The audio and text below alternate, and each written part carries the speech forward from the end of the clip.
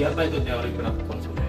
Teori perilaku konsumen ada teori berupa studi yang mempelajari bagaimana seorang konsumen dapat memilih, mencari, membeli, menggunakan, dan mengevaluasi produk yang dapat memenuhi kebutuhan dan keinginan mereka.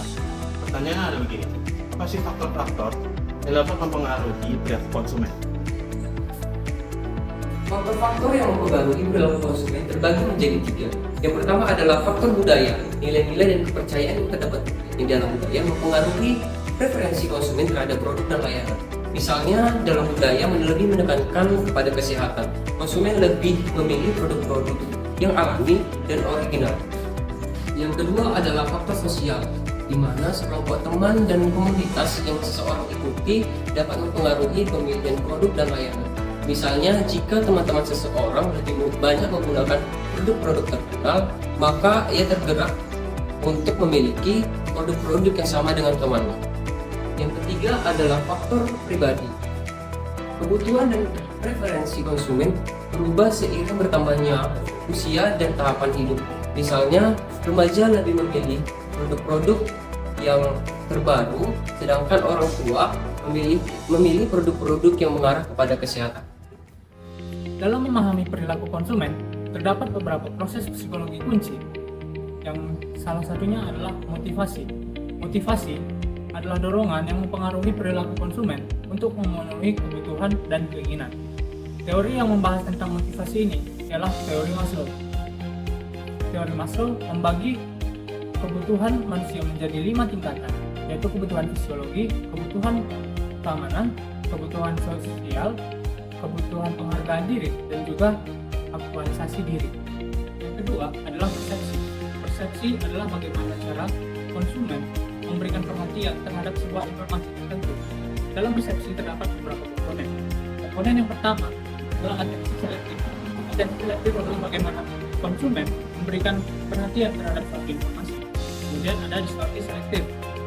Ketika informasi sudah didapatkan, maka konsumen memilih informasi yang sesuai dengan kepercayaan mereka yang mereka inginkan. Dan ketiga adalah retensi selektif. Bagaimana konsumen lebih mengingat sesuatu yang sesuai dengan kepercayaan mereka dan melupakan yang lain. Dan keempat atau yang di luar adalah mengingat bahwa ada alam bawah sadar. Jadi konsumen itu memiliki alam bawah sadar yang secara tidak langsung mempengaruhi persepsi mereka. Yang ketiga adalah pembelajaran. Dalam pembelajaran, konsumen menggunakan pengalaman-pengalaman sebelumnya terhadap suatu produk tertentu untuk melakukan proses pembelajaran terhadap produk-produk yang akan datang. Nah, dalam hal ini kita bisa menemukan generalisasi, diskriminasi, dan bias hedonis. Nah, apa sih yang maksud generalisasi? Generalisasi dalam artian bahwa ketika dia sudah pernah menggunakan suatu produk, maka ia akan memilih brand yang sama dengan produk yang lain karena sudah pernah menggunakannya. Kemudian ada diskriminasi, di mana dia lebih cenderung kepada suatu produk yang sudah pernah digunakan dan tidak melihat lagi kepada produk yang lain karena sudah merasa produk inilah yang terbaik dan sudah merasakannya. Yang ketiga adalah bias hedonis, di mana mereka itu konsumen cenderung menyalahkan faktor eksternal, yang di mana mereka lebih memilih sesuatu yang sesuai dengan kepercayaan mereka. Yang keempat, memori, yang merupakan proses mental yang melibatkan penafsiran, penyimpanan, dan pengambilan informasi. Hal inilah yang menjadi fondasi atau landasan dalam perilaku manusia atau dalam pengambilan keputusan. Keputusan pembelian model 5 tahap.